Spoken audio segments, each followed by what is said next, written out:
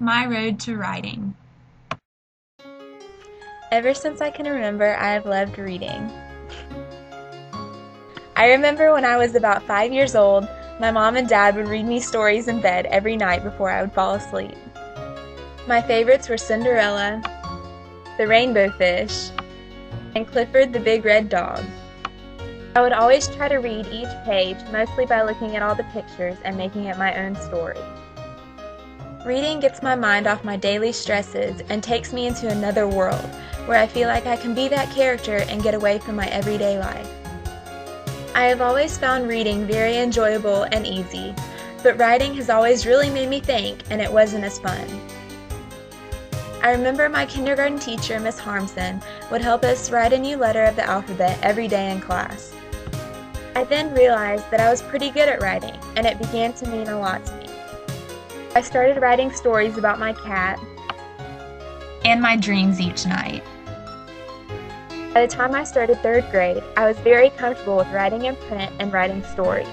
I figured that if I loved writing in print, then I would love writing in cursive.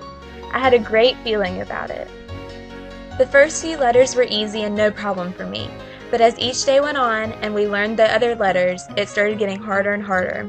I couldn't remember what each letter looked like. I could read them on the page because in class my teacher would show us what each letter looked like, but I couldn't figure out how to actually write them on my own. They all just started to look the same to me. I often came home crying because I made a bad grade on my writing test. I was so upset with myself because I didn't write as well as the other kids. When my grandmother came to visit, she sat me down at the kitchen table and insisted that I sat there with her and worked on remembering the letters and writing them. I spent an hour every day that week working on my handwriting. The next week at school, we had a quiz on the last 10 letters. After my teacher graded them, she called my name and asked me to come up to her desk. When I got up there, she showed me my quiz.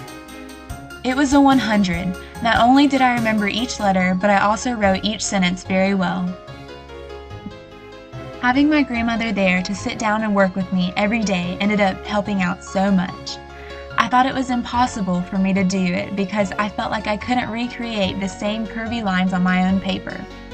I am very thankful now that I learned to push through that struggle of learning to write in cursive. I'm thankful that my grandmother took her time to help me get through and achieve this goal.